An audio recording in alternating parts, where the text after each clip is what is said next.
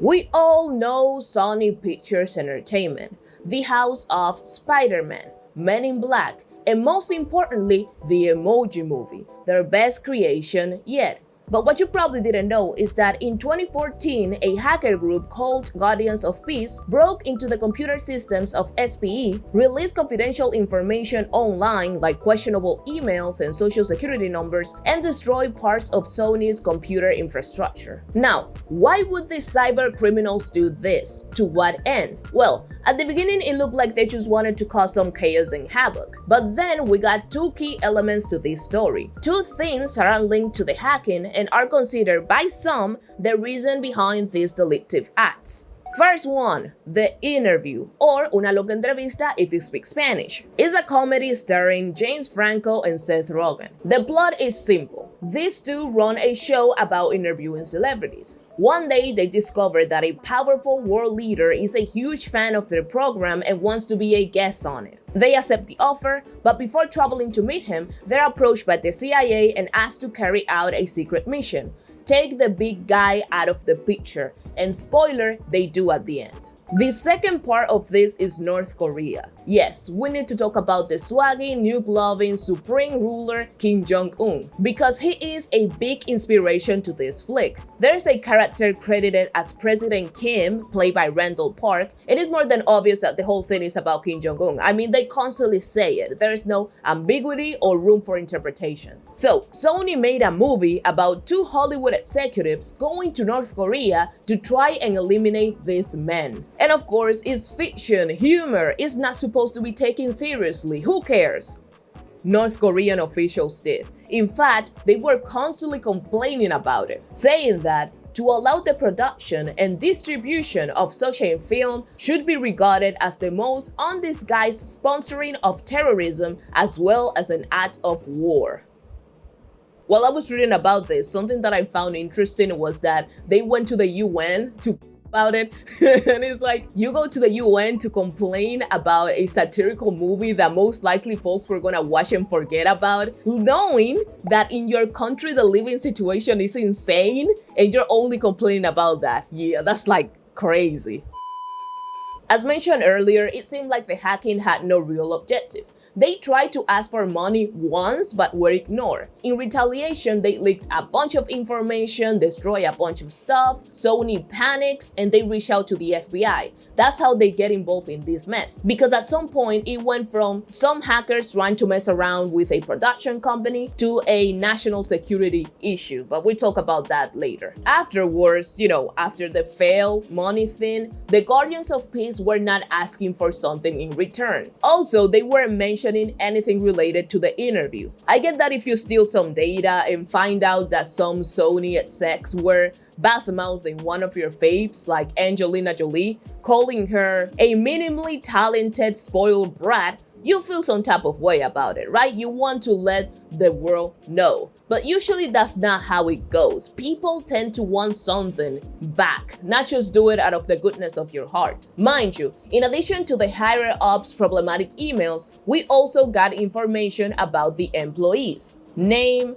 address, social security number, driver license number, passport number, bank account details, and other employment-related stuff. SPE was sued 4 times by a former employee, alleging negligence. And I quote, "Sony should have known the system had a problem because of previous hacks." Yeah, they were hacked before. There was a group of people who only focused on the celebrity gossip and completely ignored the everyday workers getting dots. And I'm gonna do the same thing. Let's go back to WikiLeaks, shall we? That's terrible, but yeah, sorry. Alright, so this is a conversation between Scott Rudin, a producer that is like really well known, and Amy Pascal, who used to be Sony's co-chairperson. I bet he likes Kevin Hart, or The Butler, or Think Like a Man. 12 years, as in 12 years of slavery. I doubt it. Should I ask him if he liked Django? Would he like to finance some movies? Why should I ask the president? As in Obama. Everyone and their mothers found this interaction racist. Both of them apologized, and Amy, the co-chairperson, she resigned. There are more emails, but I'm gonna leave it there. All right, let's go back to the main point. No one could point out the motive behind the hacks until the cyber attackers mentioned the interview and warned people to stay away from the showings. They were saying stuff like, the world will be full of fear. And that's when the FBI linked the hacks in North Korea. They were basing their claims on certain similarities like tools and techniques that were used before by North Korean hackers. During this moment of uncertainty, theatrical releases were pulled, media appearances were cancelled, and people were scared. Obama was not happy about Sony's decision. He didn't like the idea of a dictator somewhere imposing censorship in his country. Oh, and some Hollywood people, like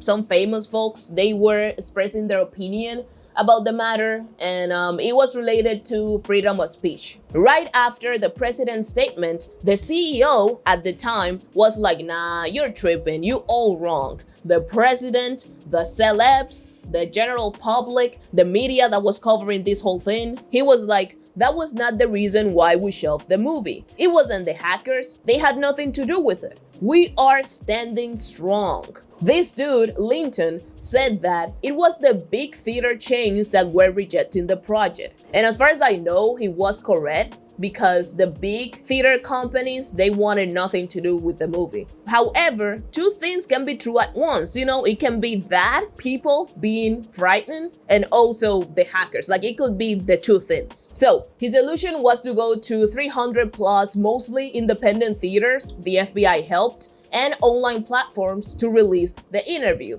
And it worked. It was available to the public and nothing bad happened, other than the movie bombing at the box office. It did better with digital sales, but it's hard to tell if it was profitable or not. After this, the North Korean National Defense Commission released a statement, but they was just whining and being racist, so nothing to see there. And if you think this is the end, let me tell you, this is when it gets even more interesting, because new evidence, Sony hack was inside job, not North Korea. Cybersecurity experts said that the real masterminds were actually part of the company.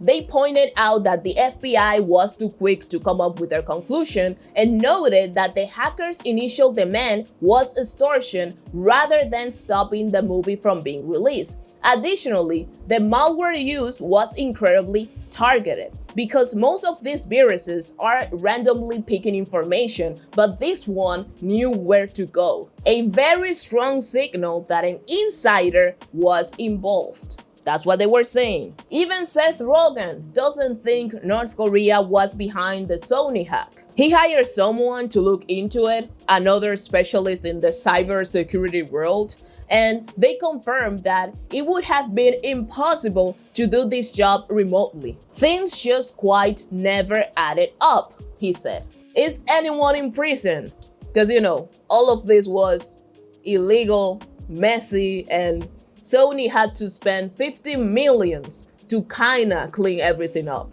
US government officials were pointing their fingers at North Korea. They said that they were the culprits and it was all their fault. A North Korean news agency denied everything but said it was probably a big supporter of us and we ain't mad about it. Like, we didn't do it, but if someone did, thank you.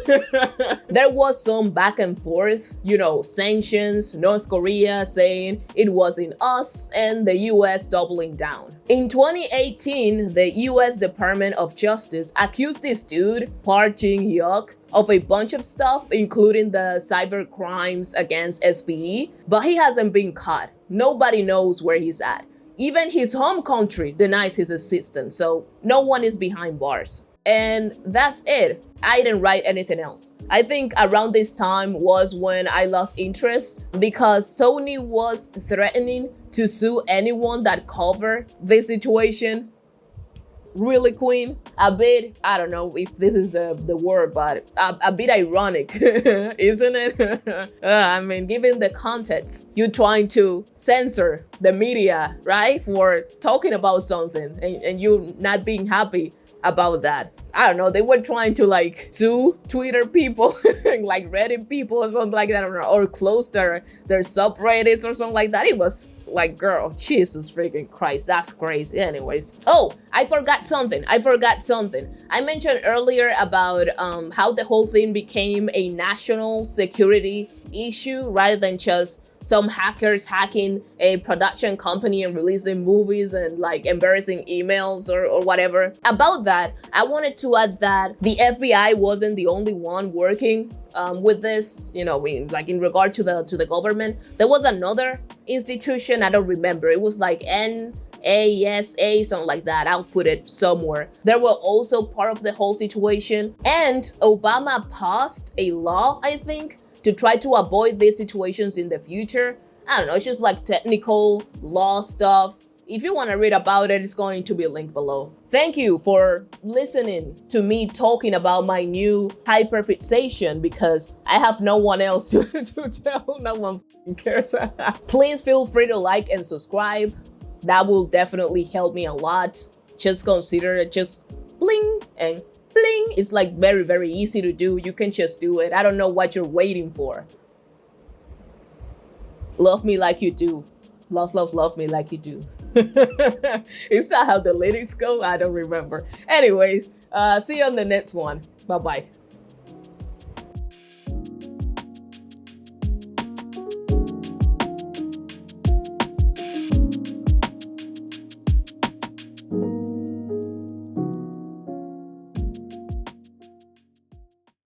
Or una loca entrevista if you speak Spanish. That is so stupid.